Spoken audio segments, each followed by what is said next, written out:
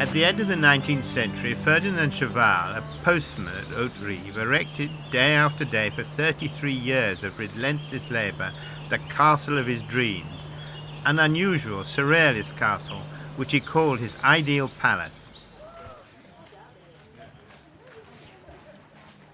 How did a man do that all alone for 33 years?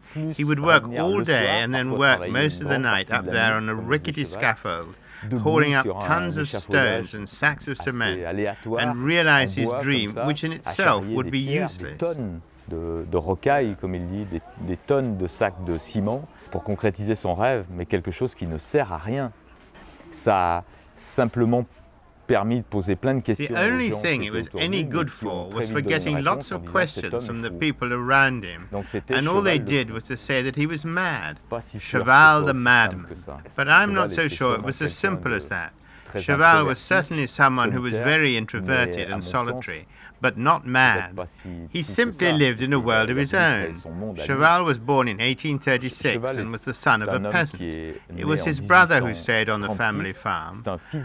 Ferdinand Cheval stayed and worked the land on the family farm until he was obliged to leave and look for his living elsewhere. Donc avoir travaillé un petit peu la terre de ses parents, est obligé de partir pour travailler et gagner sa vie. Donc he started by being a peasant who rented his arms, which was the custom in 19th century France. He worked on a farm, and then he became a baker for some years, which was very interesting, because he learned how to work with dough and make shapes. And later he worked with another kind of dough made of lime, sand, cement and stone. Et on retrouve un petit peu le façonnage des formes, ensuite plus avec la pâte, mais avec une autre pâte, celle faite de chaux, un peu de ciment et de sable, et avec des pierres, et il façonne des formes. Donc il est boulanger, et il devient piéton des postes. Il fallait un facteur supplémentaire, et donc on a proposé Ferdinand Cheval. Il a eu son certificat de moralité, délivré par le maire. After being a baker, he became a postman, and when he received his certificate of morality from the mayor, he moved up a grade to be facteur in the post office. He had to work every day except the 14th of July, Republic Day. C'était la fête de la République. Et Cheval était réellement un marathonien, c'est-à-dire qu'il faisait chaque jour entre 30 et 40 km à pied à distribuer son courrier.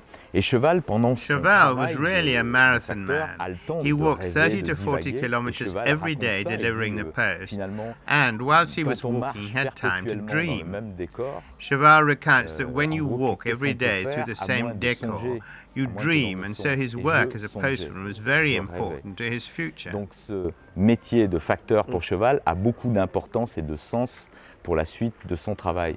Alors la suite de son travail, il a démarré un jour du mois d'avril 1879, où son pied a buté sur une pierre. So one day in April 1879, his foot tripped on a stone, which had a bizarre shape, and it reminded him of his dream that he'd been nourishing for years, of strange grottos, castles and imaginary palaces. Sur cette forme, sur ce rocher, sur cette rocaille qu'il a fait dans son jardin potager.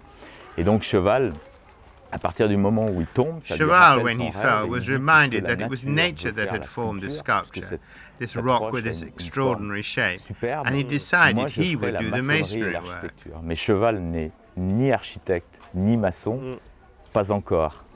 But Cheval was not a mason nor an architect, not yet at least. When you look at the structure, you realize that Cheval was a self-taught architect and a mason, for he'd made it with his own hands. And above all, he was a formidable sculptor. He was an artist and has a place in the history of art.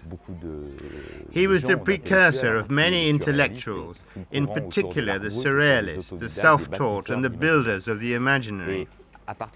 And so, from the month of April 1879, the neighbours planting their leeks and carrots would see Ferdinand Cheval, who they knew, arriving with his wheelbarrow, and watched how he placed the stones, and how his design started to form, the little design he had hastily sketched of his dream of the grottos and castles.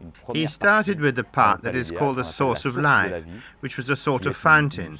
Next to it was another grotto called the source of Saint Amédée, which in the style of the self-taught was placed symmetrically opposite. Little by little, the form of the East Side Palace began to emerge. Cette grotte de Saint-Amédée, en faisant d'autres formes. Donc il met en place petit à petit, symétriquement autour, d'autres formes. Et petit à petit, la façade est en train de prendre forme. The east side of the palace took him 20 years to complete from 1879 to 1899. 20 years of work.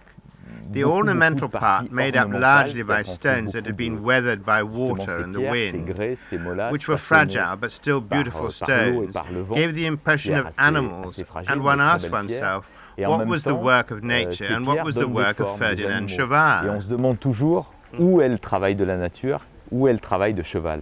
Cheval a choisi des pierres qui lui ont amené des formes. Cheval had chosen the stones that fitted his imagination. He placed them where they slotted into his design. He chose these stones like a poet chooses his words, not by chance. Words that meant something to him, from their sound and their rhythm.